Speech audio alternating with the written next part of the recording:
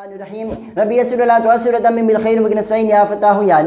تو ہم نے خاص کی ایک مثال کے بارے میں تو پڑھ لیا تھا. آج انشاءاللہ تعالی ہم خاص کی دوسری مثال کے بارے میں پڑھیں گے. یعنی سوال یہ پیدا ہوتا ہے کہ حق مہر کے اندر کم سے کم کتنی مقدار مقرر کی جائے گی اور حق مہر کے اندر زیادہ سے زیادہ کتنی مقدار مقرر کی جائے گی. تو قرآن مجید میں اللہ تعالیٰ ارشاد فرماتا ہے قد علمنا ما فرضنا علیہم فی ازواجہم. قد علمنا تحقیق کہ ہم جانتے ہیں ما فرضنا وہ جو ہم نے مقرر کیا علیہم ان خاوندوں پر فی ازواجہم ان کی بیویوں کے معاملے میں. اب تمام مجتہدین کا اس بات پر اتفاق ہے کہ کوئی نہ کوئی مقدار ضرور مقرر کی جائے گی, کیونکہ ایسے کیا ہوتا ہے معلوم ہوتا ہے یعنی جانب زیادہ جتنا چاہے مہر ادا کر سکتا ہے, لیکن جانب قلت کم سے کم کتنا مہر ادا کرے گا اس بارے میں علماء کرام کے درمیان کیا اختلاف ہے. تو امام شافعی رحمۃ اللہ فرماتے ہیں کہ ہم اس کو قیاس کرتے ہیں عقد مالی کے ساتھ. ہم اس کو قیاس کرتے ہیں عقد مالی کے ساتھ, یعنی جس طرح عقد مالی کے اندر بے و شراء کے اندر دونوں جانبین جن عوض پر راضی ہو جاتے ہیں وہ عوض کیا بن جاتے ہیں ثمن بن جاتے ہیں, چاہے کم ہو یا زیادہ ہو. بالکل اس طرح نکاح کے اندر بھی دونوں جانبین یعنی میاں بیوی جس مہر پر راضی ہو جائیں گے وہ مہر کیا کر لیا جائے گا, مقرر کر لیا جائے گا, چاہے وہ مٹھی بھر گندم میں کیوں نہ ہو. لیکن احناف فرماتے ہیں کہ ہم قیاس کی طرف نہیں جائیں گے. کیوں؟ کیونکہ آیت میں جو لفظ فرضنا ہے یہ خاص ہے لیکن یہ ہے مجمل, لہٰذا ہمیں مجمل کے بیان کی ضرورت تھی, ہمیں قیاس کی ضرورت نہیں تھی. لہٰذا مجمل کا بیان ہمیں حضرت جابر کی حدیث سے مل جاتا ہے کہ لا مہر لیقل من 10 دراہم, کہ 10 سے کم درہم کے اندر کوئی بھی مہر نہیں ہو سکتا. اور احناف فرماتے ہیں قیاس تو ہماری بھی تائید کر سکتا ہے. مثال کے طور پر آپ کو پتہ ہے کہ کتنی چوری کے اندر ہاتھ کاٹا جاتا ہے, کم سے کم 10 درہم کے اندر, یا اس سے زیادہ کے اندر, اس سے کم کے اندر ہاتھ نہیں کاٹا جاتا. تو معلوم ہوا کہ انسان کے ایک عضو کی قیمت کم سے کم 10 درہم ہے. تو بالکل اسی طرح نکاح کے اندر بھی عورت اپنا ایک عضو مرد کے حوالے کرتی ہے. تو معلوم ہوا کہ نکاح کے اندر بھی کم سے کم درہم کی کم سے کم مہر کی مقدار کتنی ہوگی, 10 درہم ہوگی. اور امام شافعی رحمۃ اللہ فرماتے ہیں کہ چونکہ نکاح عقد مالی کی طرح ہے, تو جس طرح عقد مالی مباح ہے یعنی نہ ثواب ہے نہ گناہ ہے, بالکل اسی طرح نکاح بھی کیا ہے, مباح ہے, یعنی نہ ثواب ہے نہ گناہ ہے. تو جب نکاح کا نہ گناہ ہے نہ ثواب ہے تو اس کے مقابلے میں پھر نفل میں مشغول رہنا بہتر ہوا. لیکن احناف فرماتے ہیں کہ نہیں, نکاح عبادت ہے, کیونکہ آپ صلی اللہ علیہ وسلم نے ارشاد فرمایا النکاح من سنتی, نکاح میری سنت میں سے ہے.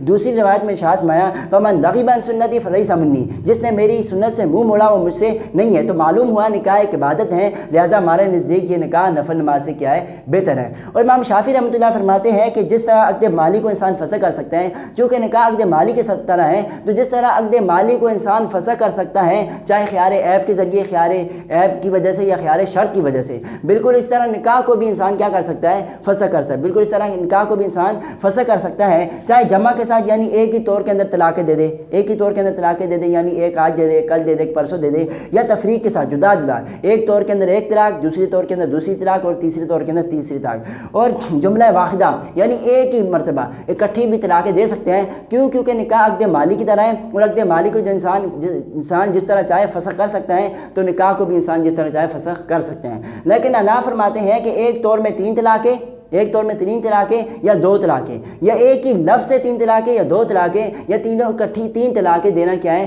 مکروہ ہے, بدعت ہے, گناہ ہے. مکروہ بدعت ہے, گناہ ہے. لہٰذا ہمارے نزدیک طلاق کا شرعی طریقہ یہ ہے کہ طور کے اندر طلاق دی جائے, اور اس طور کے اندر طلاق دی جائے جس کے اندر جمع نہ کیا ہو, جس کے اندر جمع نہ کیا ہو. لیکن اگر 3 طلاقیں دینا ہی چاہتا ہے تو اس طرح دے کہ ایک طور کے اندر ایک طلاق دے, دوسری طور کے اندر دوسری طلاق دے, اور تیسرے طور کے اندر تیسری طلاق دے. اس طرح امام شافعی رحمۃ اللہ فرماتے ہیں کہ جس طرح عقد مالی, جس طرح نکاح عقد مالی کی طرح ہے, تو جس طرح عقد مالی یعنی بے کو کالے کے ذریعے فسخ کیا جا سکتا ہے, گویا کہ بے ہوئی نہیں, بالکل اسی طرح نکاح کو بھی, بالکل اسی طرح نکاح کو بھی کیا کیا جا سکتا ہے, فسخ کیا جا سکتا ہے, گویا نکاح ہوا ہی نہیں. لیکن احناف فرماتے ہیں کہ خلا فسخ نکاح نہیں ہے, خلا فسخ نکاح نہیں ہے بلکہ طلاق بائن ہے. خلا فسخ نکاح نہیں ہے بلکہ طلاق بائن ہے. اس لیے کیونکہ نکاح عبادت ہے اور عبادت میں فسخ نہیں ہو سکتا, اس لیے کیونکہ نکاح عبادت ہے, عبادت میں فسخ نہیں ہو سکتا. اس کا فائدہ اس طرح معلوم ہوگا کہ مثال کے طور پر ایک عورت نے اپنے خاوند سے خلا لیا, تو خاوند نے اس کو خلا دے دیا, پھر خاوند نے اسے دوبارہ نکاح کر لیا. اب اس خاوند کے بعد صرف 2 طلاقیں باقی ہیں, اس خاوند کے پاس صرف 2 طلاقیں باقی ہیں, کیونکہ ایک طلاق وہ خلا کی شکل میں دے چکا. لیکن امام شافعی کے نزدیک پھر وہ کیا ہو گیا, 3 طلاقوں کا کیا ہو گیا, مالک ہوگا, 3 طلاقوں کا مالک ہو گیا. کیونکہ ان کے نزدیک خلا کیا ہے, فسخ نکاح ہے, لیکن احناف کے نزدیک خلا فسخ نکاح نہیں ہے. تو فرماتے ہیں وَكَذَلِكَ قَوْلُهُ تعالیٰ, اور اس طرح قول اللہ تبارک تعالیٰ کا, یعنی خاص کی دوسری مثال بیان کر رہے ہیں. قد علمنا, تحقیق کہ ہم جانتے ہیں, ما فرضنا وہ جو ہم نے مقرر کیا, علیہم ان خاوندوں پر, فی ازواجہم ان کی بیویوں کے معاملے میں, خاص یہ خاص ہے, فی تقدیر شرعی ہے, فی تعیین شرعی ہے, شرعی یعنی تعیین شرعی کے اندر, تعیین شرعی کے اندر یعنی شریعت کی جانب سے کیا ہے, متعین ہے. فلا یترک العمل بہ, بس کتاب اللہ کے خاص کے ذریعے بس کتاب اللہ کے خاص پر عمل کو ترک نہیں کیا جائے گا، فلا یترک العمل بہ، بس کتاب اللہ کے خاص پر عمل کو ترک نہیں کیا جائے گا۔ اب یہاں سے آگے بے اعتباری کے آگے امام شافعی کی دلیل ذکر کر رہے ہیں، بس کتاب اللہ کے خاص پر عمل کو ترک نہیں کیا جائے گا بے اعتباری انہ عقد مالی،